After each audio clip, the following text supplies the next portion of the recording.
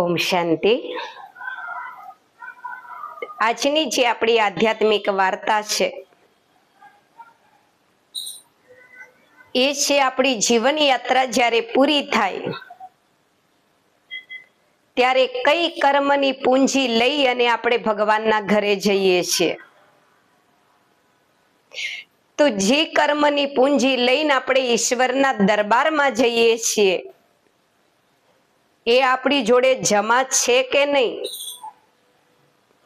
કારણ કે કલિયુગમાં ક્યારે મૃત્યુ આવે એનું કોઈ નક્કી નથી। તો કઈ પૂંજી લઈને આપણે ઈશ્વરના દરબારમાં જઈએ છીએ એ આ કહાનીમાં ખૂબ સુંદર બતાવ્યું છે કે એક ગામની અંદર એક ભાઈ રહેતા હતા, સુખી હતા। કોઈ બી ગામમાં ધાર્મિક કાર્ય થાય તો એ અવશ્ય ફાળો આપે, ચાહે સ્કૂલ બનાતી હોય, ચાહે દવાખાનું બનતું હોય, પક્ષીઓ માટે ચબૂતરો બનતો હોય, ગાયોને પાણી પીવાની વાવ બનાવતા હોય, તો એ કાયમ એ ફાળો આપે। હવે એક દિવસ બન્યું એવું કે એ ભાઈને પોતાના ધંધાના કારણે બહારગામ જવાનું હતું અને પહેલા તો કોઈ સાધનો નહોતા, લોકો પગપાળા જ બહાર જતા હતા, ચાલીને એક ગામથી બીજે ગામ। એટલે એ ભાઈ એમના પત્નીને કહે છે કે મારે ધંધાના કારણે સામે ગામ જવાનું છે, તો પહોંચતા થોડો અડધો પોણો દિવસ વહી જાય એવું છે, તો રસ્તામાં હું ભોજન કરી શકું એ માટે તું મને થોડું ભાતું બનાવી આપજે। એમના પત્ની કહે છે ભલે। સવારમાં વહેલા એમના પત્ની ઉઠી ગયા, ભોજન બનાવી દીધું અને પેક કરી દીધું ટિફિન। એ ભાઈ લઈ અને નીકળ્યા। ધંધાના કારણે 2 ગામ દૂર જવાનું હતું એમને।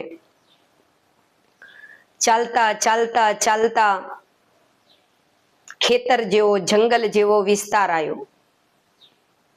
ચાલી ચાલીને થાકે લાગ્યો તો, ગરમી એ લાગતી હતી, ભૂખે લાગી હતી। એટલે એ ભાઈએ વિચાર્યું કે અડધો રસ્તો તો મેં ચાલી લીધો છે, હવે અડધો રસ્તો જ તય કરવાનો બાકી છે। તો આ મારી પત્નીએ જે મને ભોજન બનાવીને આપ્યું છે એ પહેલા શાંતિથી ખાઈ થોડી વાર આરામ કરી અને પછી આગળના ગામે ધંધા માટે જવું। તો એ ભાઈ ઝાડ નીચે બેઠા, જે લઈને આવ્યા હતા ટિફિન ખોલ્યું અને ખાવાનું ચાલુ કરે એ પહેલા ખેતરમાંથી એક કૂતરું દોડતું દોડતું આઈને ઊભું રહ્યું અને શેઠ હામું જોઈને પૂંછડી હલાય હલાય કરતું હતું। મતલબ એવું કહેતું હતું કે મને ભૂખ લાગી હે, મને આપો ને। શેઠને દયા આવી કે છે આ ખેતરમાં બચારાને કોણ ખાવા આપશે, પણ ભૂખ તો મને લાગી હે, તો શું કરું?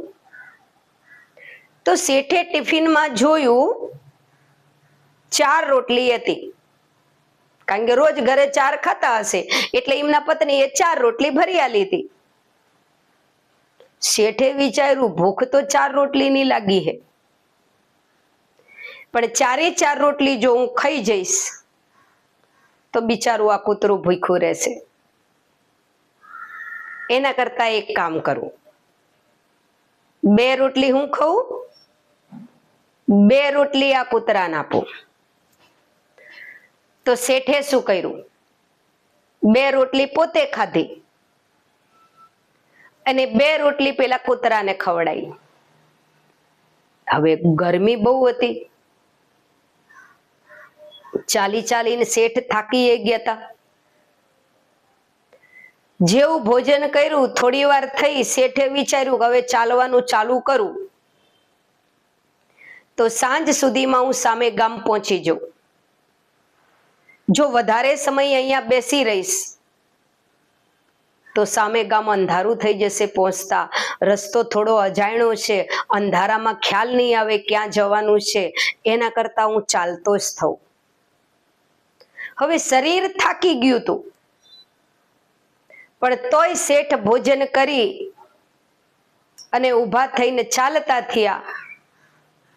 સૂરજ અતિ તપ્યો હતો, તડકો સીધો દેહ ઉપર પડતો હતો, અતિ ગરમી વાતાવરણ હતું ગરમીનું. થોડી વારમાં શેઠ પસીને રેબ જેબ થઈ ગયા. અતિ ગરમી લાગવા લાગી, શ્વાસ લેવામાં શેઠને તકલીફ પડવા લાગી, જાણે હૃદયમાં અમૂંઝણ થતી હોય એવું શેઠ મહેસૂસ કરતા હતા. અને થોડી વારમાં તો એટેક આવ્યો અને શેઠનું શરીર છૂટી ગયું. દેહ ત્યાં ખેતરમાં પડ્યો રહ્યો અને આત્મા નીકળી. હવે જ્યારે આત્મા દેહમાંથી નીકળે એટલે આત્માને ધર્મરાજપુરીમાં જવું પડે, પોતાના કરેલા કર્મનો હિસાબ આપવા. શેઠની આત્મા જ્યારે દેહમાંથી નીકળી તો યમરાજા આયા. યમના દૂતો શેઠને લઈ ગયા ધર્મરાજપુરીમાં, અને એ યમના દૂતોએ શેઠને ધર્મરાજપુરીમાં હાજર કર્યા. યમરાજા ચિત્રગુપ્તને કહે છે કે આ શેઠનો ચોપડો તપાસો. જે પ્રમાણે શેઠે કર્મ કર્યા હશે એ પ્રમાણે આપણે હવે પછીનો જન્મ એમને આપવાનો છે. ચિત્રગુપ્તે શેઠનો ચોપડો તપાસ્યો અને ગુપ્ત ધર્મરાજને કહે છે કે મહારાજ, આ જીવે બહુ સુખી ઘરમાં જન્મ લીધો હતો. એના મા બાપ સુખી હતા, સુખી ઘરમાં જન્મ લીધો તો, ધન સંપત્તિ વાળા ઘરમાં જન્મ લીધો તો, અને આયુષ્ય 70 વર્ષની હતી. કોઈ મનુષ્ય અવતાર ટૂંકો નતો મળ્યો, પણ ભગવાન આટલી આયુષ્યમાં શેઠ કઈ પુણ્ય કરીને આયા નહીં. જેવું ચિત્રગુપ્ત ધર્મરાજને કહેતા હતા કે શેઠે કોઈ પુણ્ય નહીં કર્યું, શેઠને નવાઈ લાગી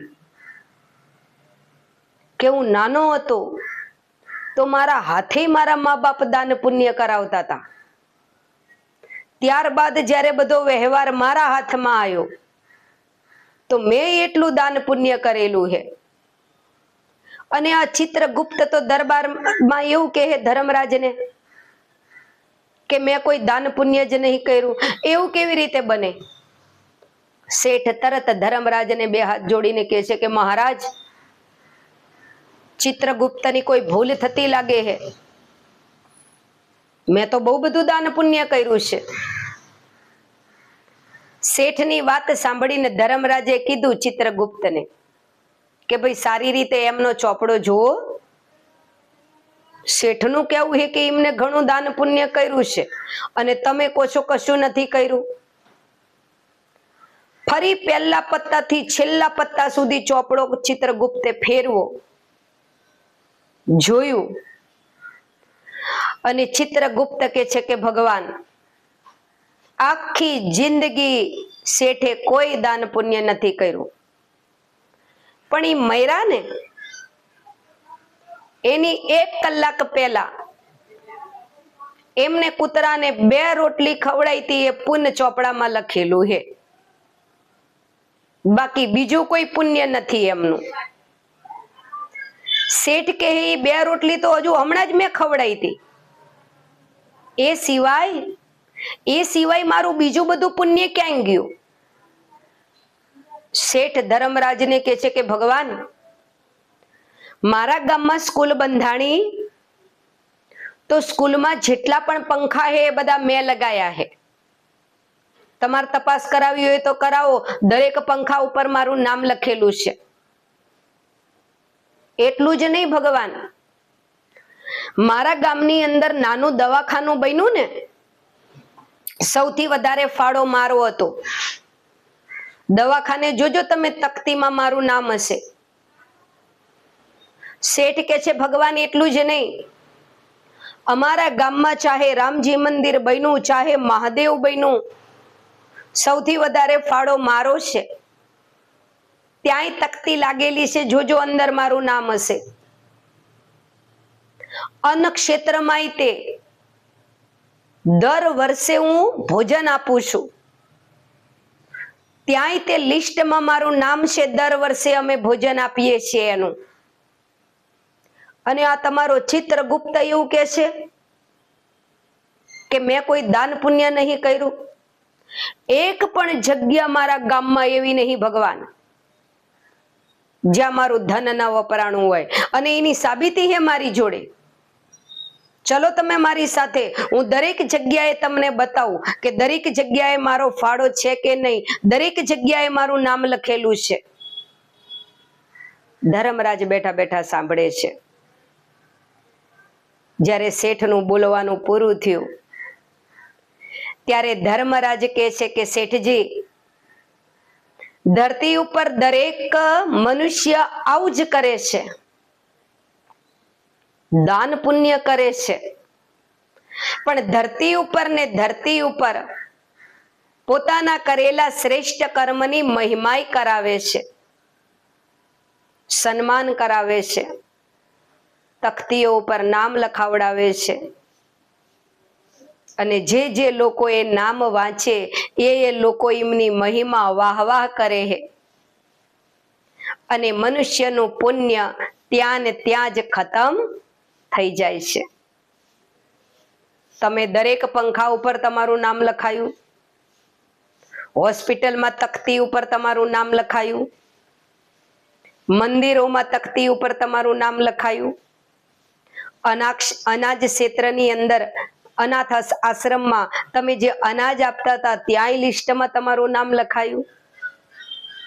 જ્યારે જ્યારે તમે ધન આપ્યું હે ત્યારે ત્યારે લોકોએ તમને હાર પહેરાયો છે, શાલ ઓઢાડીને તમારું સન્માન કર્યું છે, તમારું નામ બધે લખાવડાયું છે. અને આખા ગામ લોકો તમારા એ કર્મની મહિમા કરતા હતા, વાહ વાહ કરતા હતા, ફૂલ હારથી તમારું સન્માન કરતા હતા. તો તમારું જે પુણ્ય કર્મ છે એ ત્યાં ને ત્યાં જ પૂરું થઈ જતું હતું. અહીંયા ચિત્રગુપ્તના ચોપડામાં લખાતું નહોતું.